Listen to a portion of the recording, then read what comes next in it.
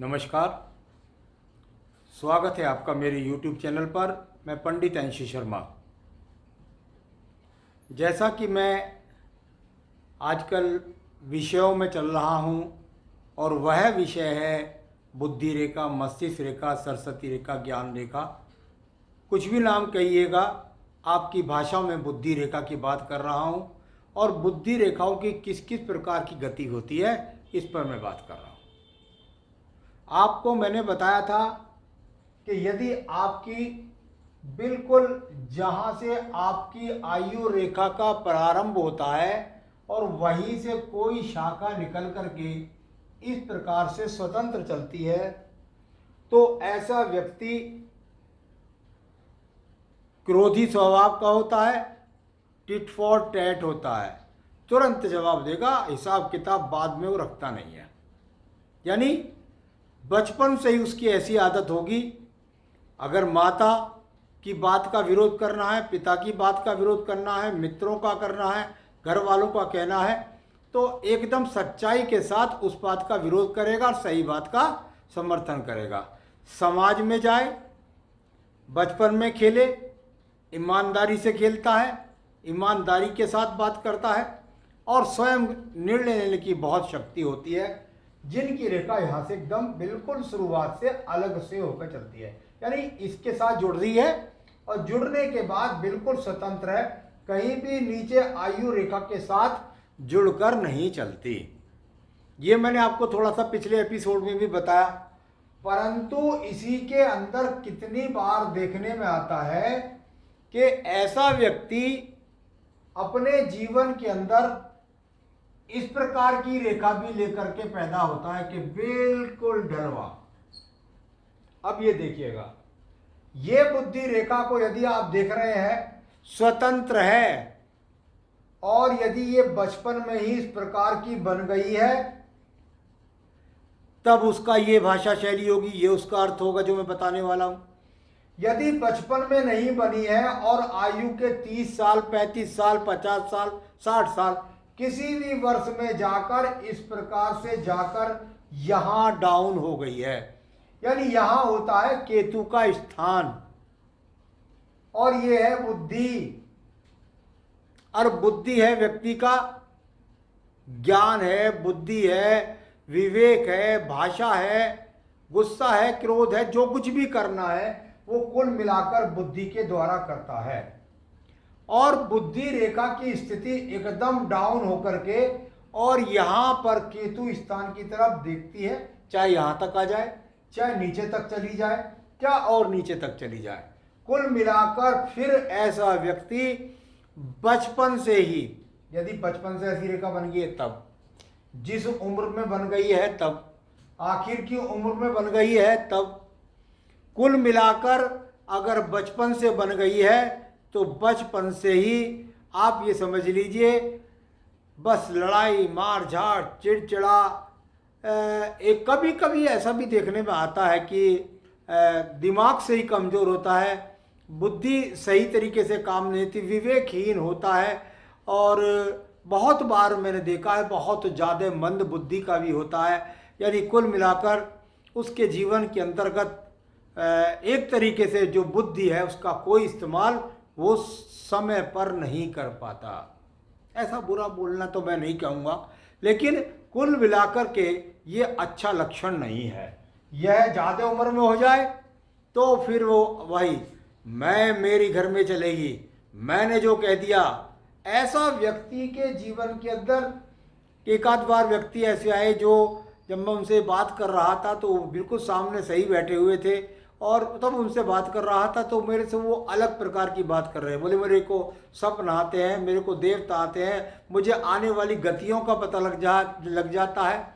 कोई कोई तो कहता है मैं पिछले जन्म में ये देवता था, ये भगवान था।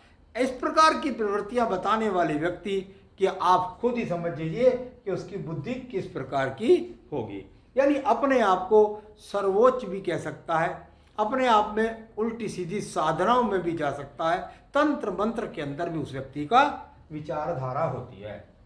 तो ये एक गतिविधि भी अवश्य आप देख लीजिएगा। चलिए भाई, आपके पास एक रेखा, एक शाखा जो है वो दूर से चलती है, पिछले एपिसोड में भी बताया दूर से चलती है। दूर से चलने वाली गतिविधियों में 2-3 गतिविधि और भी है। भाई दूर से चली है, कितनी दूर से चली है? बहुत ज्यादा बृहस्पति पर्वत में तो नहीं गई है। हाँ बिल्कुल, यहाँ बिल्कुल बृहस्पति पर्वत में नहीं गई है, थोड़ा सा कह सकते हैं यहाँ से, या तो यहाँ से मिलके चली है या थोड़ा सा दूर से चली है। भाई यहाँ तक है तो कोई बात नहीं है, ये मैं आपको बता चुका। थोड़ा विचारधारा अलग है, थोड़ा जिद्दी टाइप का होगा, स्वतंत्र विचार होंगे, एक तरीके से बिल्कुल स्वतंत्र तरीके का कार्य भी करते हैं, किसी ने ऐसा घर में काम नहीं किया हो। लेकिन यह शाखा जाकर के और यहाँ से चले और जाकर के द्वितीय मंगल पर्वत से संबंध बनाए, या द्वितीय मंगल पर्वत के अंदर एंट्री ही हो गई। यहाँ हृदय रेखा है तो ये यहां पर इसकी एंट्री ही हो गई। विचारधारा भी अलग, नौकरी व्यापार काम भी परिवार में किसी ने नहीं किया हो, अधिकतर ऐसा देखने में आता है, 70 से 80% देखने में आता है। मंगल से संबंध बनाए, नौकरी के कारण पूरे हाथ को रेखा पार कर गई, नौकरी के कारण विदेश से जुड़कर या घर से हजारों किलोमीटर या प्रांत से प्रांत चेंज करके ऐसे व्यक्ति जॉब करते हैं। यहां द्वितीय मंगल पर्वत से यदि इसका संबंध बनेगा तो ये व्यक्ति जॉब करेगा। तो ये यहां पर इस शाखा का संबंध है। कुल मिलाकर के दूसरी शाखा और यहां से ही गई दूर से, और दूर से जाकर और सीधा पर्वत से संबंध बनाया, और वह पर्वत है यहां पर चंद्र पर्वत। व्यक्ति की बात वही कही जाएगी, भाई बिल्कुल अलग विचारधारा का है, बिल्कुल किसी ने घर के अंदर व्यापार ऐसा किया नहीं, उस व्यापार का कुल मिलाकर यहां संबंध उसने चंद्र पर्वत से बनाया। मैंने बोला मंगल पर्वत में अधिकतर व्यक्ति जो होते हैं वो नौकरी करने वाले होते हैं, और नौकरी करने वालों की भाग्य रेखा को भी देखा जाता है, उनके बृहस्पति को बिल्कुल पक्का पता लग जाता है कि ये नौकरी करेगा या व्यापार करेगा। तो ऐसा यहाँ बुद्धि रेखा का संबंध बृहस्पति सूर्य का इन्वॉल्वमेंट और शनि रेखा भाग्य रेखा का संबंध के बाद ही तय किया जाता है कि ये नौकरी करेगा या व्यापार करेगा, सरकारी नौकरी मिलेगी या प्राइवेट नौकरी मिलेगी। इनको बिल्कुल जांच करके आप पूरा सटीकता से जवाब दे सकते हैं। यही रेखा चंद्र पर्वत पर पहुंच गई। भाई चंद्र पर्वत पर पहुंच गई, कोई बात नहीं है, थोड़ा सा बृहस्पति का इन्वॉल्व है, कुछ मिलाकर के सूर्य की अच्छी रेखा भी यहाँ पर दिखाई देती है। हो सकता है कि व्यक्ति व्यापार देश विदेश से, ये पिता ने व्यापार किया और इसने चंद्र पर्वत तक शाखा पहुंची, इसने उसको एक्सपोर्ट इंपोर्ट दूर तक पहुंचा दिया, या अलग हटके खुद अपनी विचारधारा से व्यक्ति ने व्यापार किया। हमको बुध पर्वत, हमें बुध की उंगली, यहाँ पर रेखाओं का खड़ा होना, बुध पर्वत की स्थिति और साथ ही साथ भाग्य रेखा का स्वरूप बता देगा, या यहाँ पर बुध पर बनने वाली रेखाएं बता देंगी कि व्यापार में उन्नति मिलेगी या नहीं मिलेगी, ये अलग सवाल है। तो ये व्यक्ति ज्यादा विचार की तरफ आकर्षित होते हैं।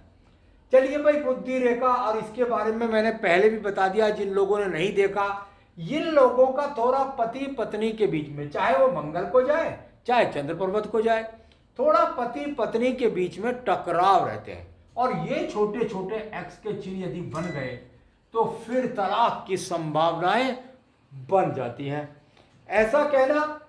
और इसके साथ ही साथ ये जरूरी नहीं है, बिल्कुल साफ है, स्पष्ट है, तो मैं ये नहीं कह रहा कि बिल्कुल भाई पत्नी से तलाक ही होगा, यहां झगड़े झंझट होंगे।